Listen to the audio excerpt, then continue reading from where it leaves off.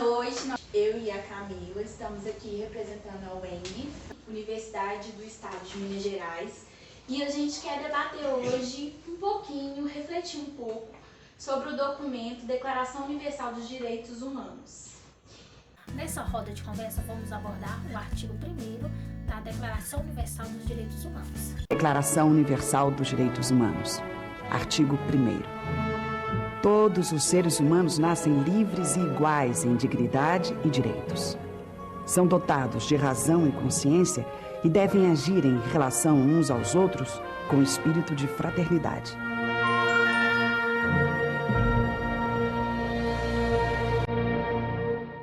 Qual será a relação dos nossos convidados com este artigo? O primeiro questionamento que eu gostaria de colocar aqui na nossa roda é: vocês conhecem esse documento? Vocês têm dimensão do que esse documento representa?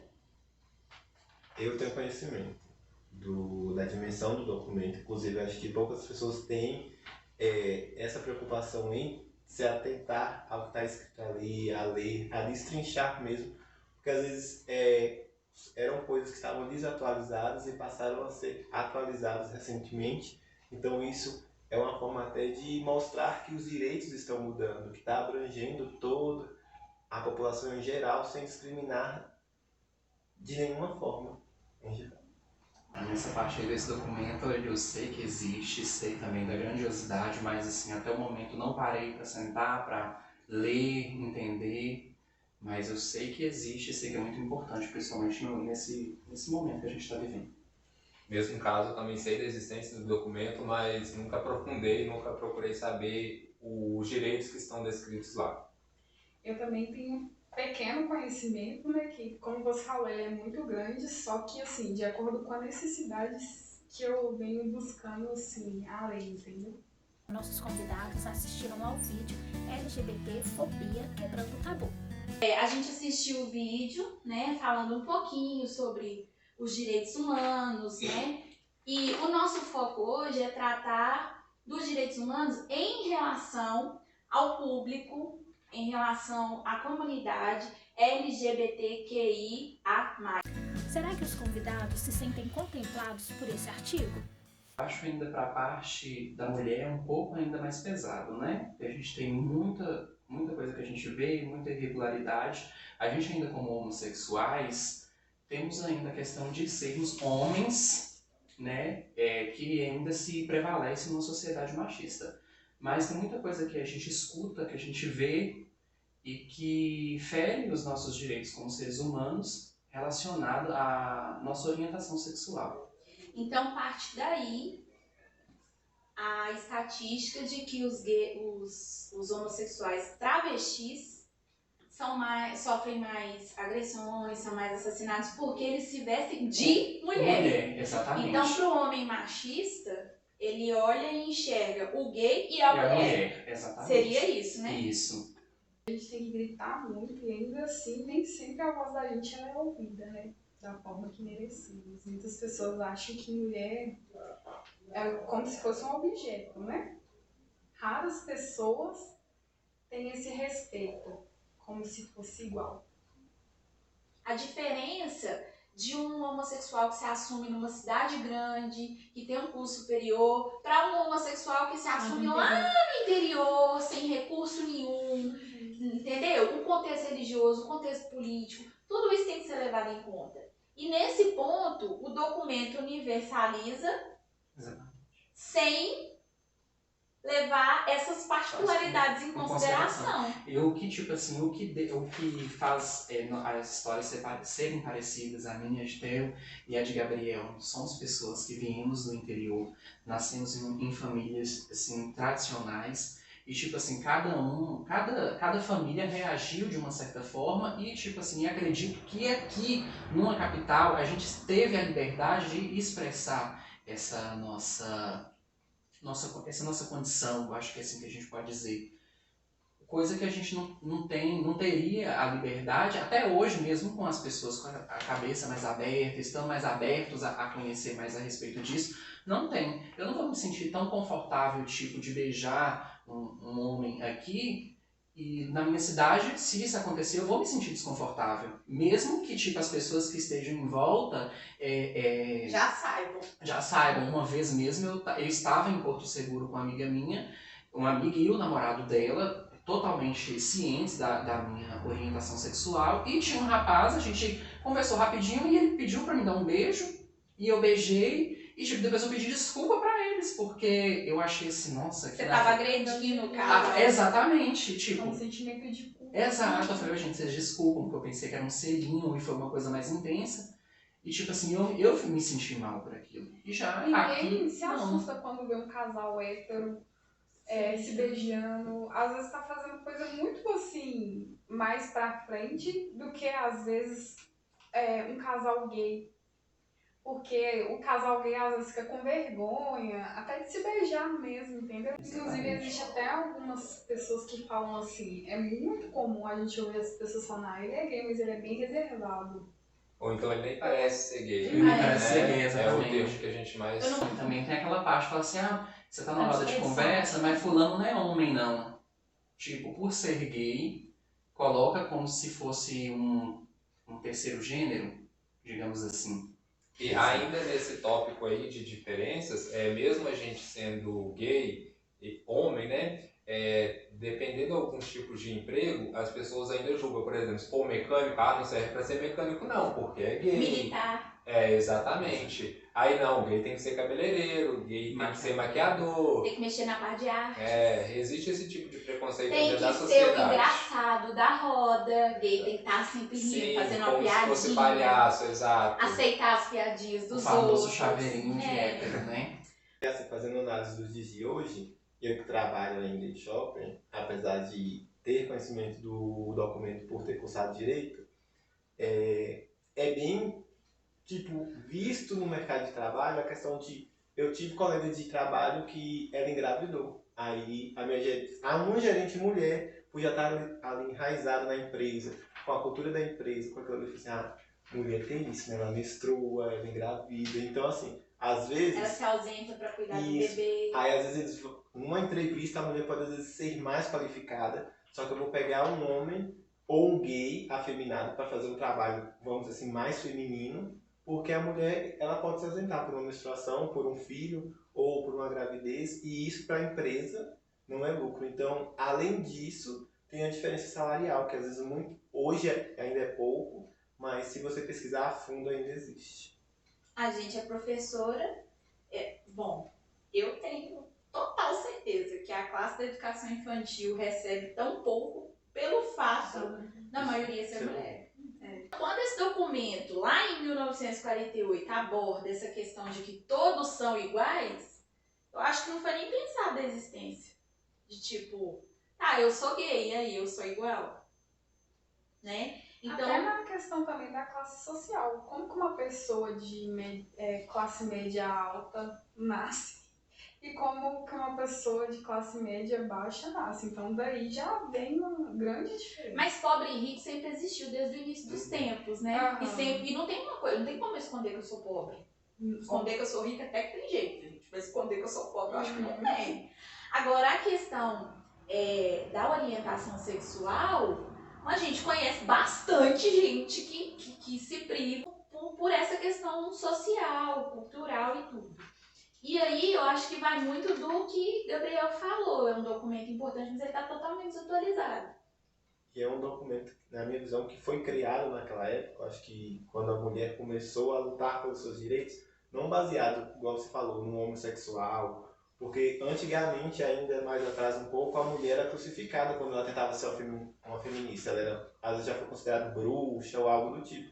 Então esse documento veio para...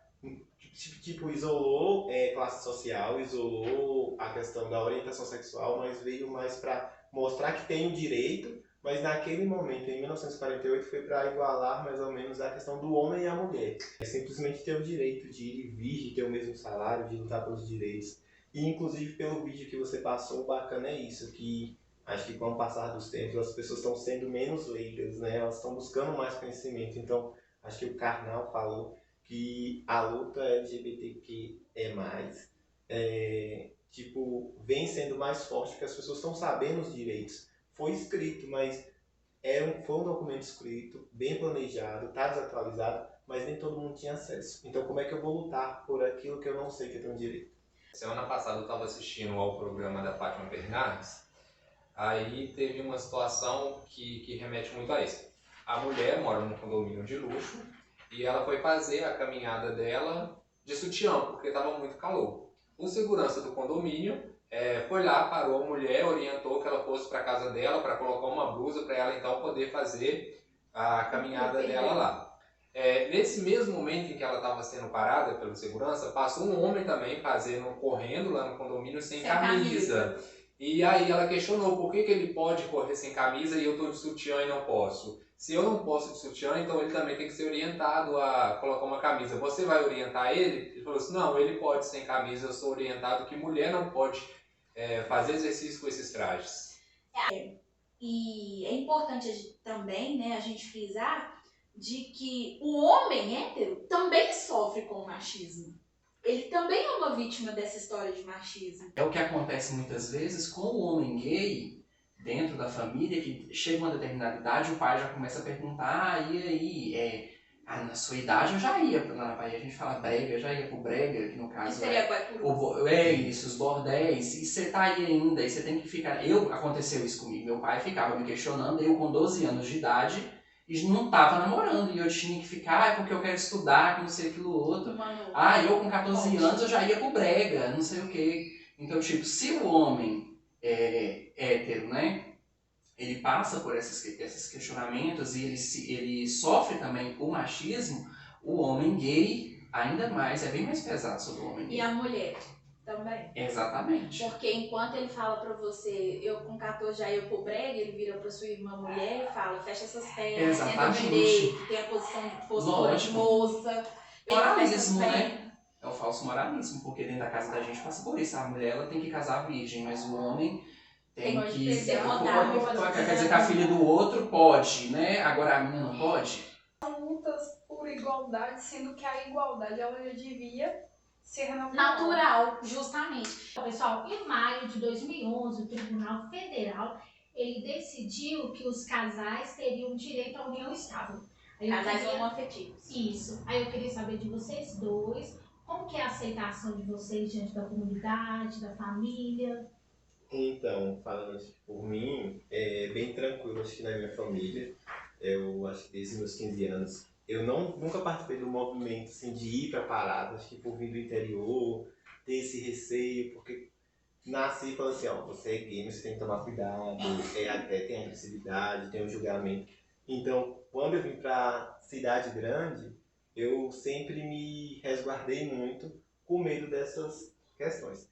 E sempre me relacionei, acho que com o intuito de, vamos dizer assim, foi autorizada a união estável entre casais homoafetivos, mas eu sempre me relacionei com o intuito de casar. É tanto que a gente se conheceu, acho que em busca de 2, 3 meses a gente já estava morando junto, porque acho que quando é algo para valer, realmente a gente une ali e faz acontecer. Só que a união estável ainda não chegou na nossa relação. Acho que a gente está bem da forma que está. E o intuito nosso não é só a união estável, pelo menos o meu também, é fazer uma celebração. Porque eu acho que chegar um momento que você está ali, que você enfrentou a sociedade que é hoje, que você luta pelo seu direito, e você simplesmente assinar um documento e falar que tem uma união estável, eu acho que isso não é suficiente. Eu acho que fazer uma celebração, ter a união estável, mostrar ali, ó, é mais uma pessoa, é mais um casal, mais uma família. E é mais uma família que está sendo exemplo ou tipo referência, porque é tão poucas referências hoje no Brasil para uma criança ou para um adolescente se espelhar, porque sempre é visto o homossexual como algo ruim. E muitas das vezes a criança é aquela coisa, já nasce, as pessoas acham que a gente escolhe, que isso é pecado, como foi falado pelo... Que é promíscuo. Isso. E às vezes a criança às vezes, já tem uns trejeitos desde pequeno, que foi o meu caso, e você é chamado de viado aos 10 anos, você nem sabe o que é aquela palavra. Então assim, eu acho que a união estável é uma vitória, acho que vem aí evoluindo muito devagar, mas foi um passo assim que teve um significado muito bacana. Eu acho que inclusive a questão do Paulo Gustavo, finado, no ano, acho que se eu não me engano, que foi aprovado isso, foi o ano que ele fez a celebração. Então ele não foi lá e simplesmente assinou. Ele fez a celebração, ele postou nas redes sociais, ele transmitiu, ele mostrou que o que vale é o amor.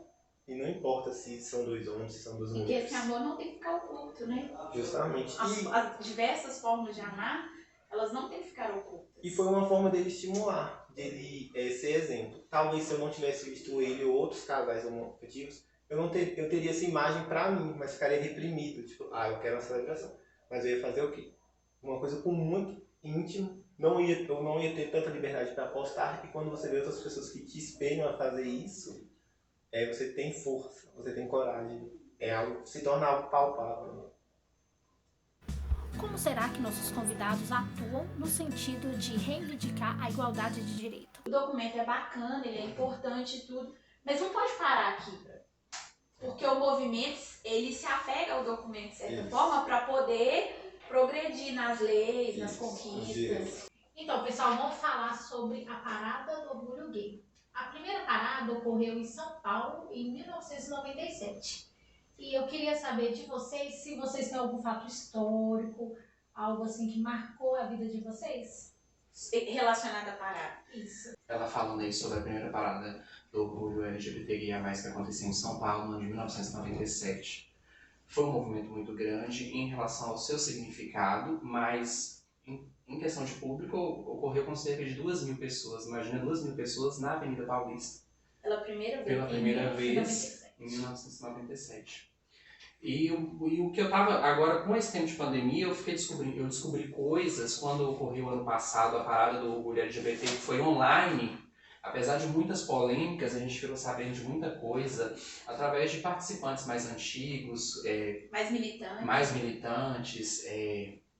E eu vi uma história muito interessante que para essa parada acontecer, não era para ela acontecer, a polícia chegou, tentou barrar. A de 97. A de 97. E para que a parada acontecesse, uma drag queen chamada Cacá de Poli chegou lá toda montada e fingiu um desmaio na Avenida Paulista para que a polícia fosse se entreter ali com aquele acontecimento e que o carro pudesse passar. Então, ela fingiu desmaio, a polícia foi, naquele momento de distração, a parada, o carro foi e a parada aconteceu. Aí foi um caso de que o direito de ir e vir, né, do cidadão não foi... Exatamente. Justamente.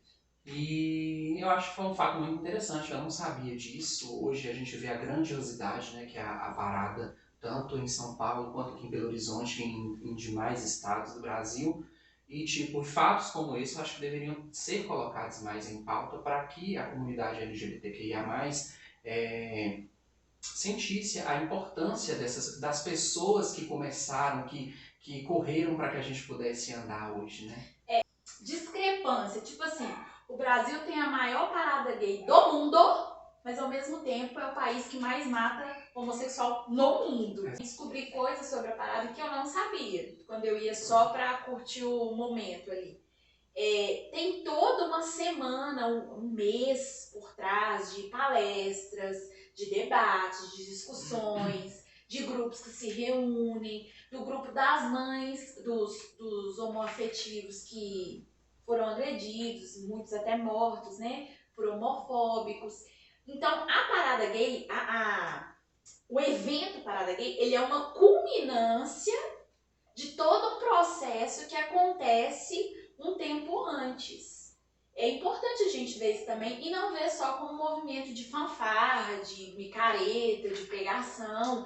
Tem ali uma proposta, sim, né, de uma categoria que está lutando por direitos, que tá de um movimento sério, né, que está defendendo ali uma igualdade de direitos.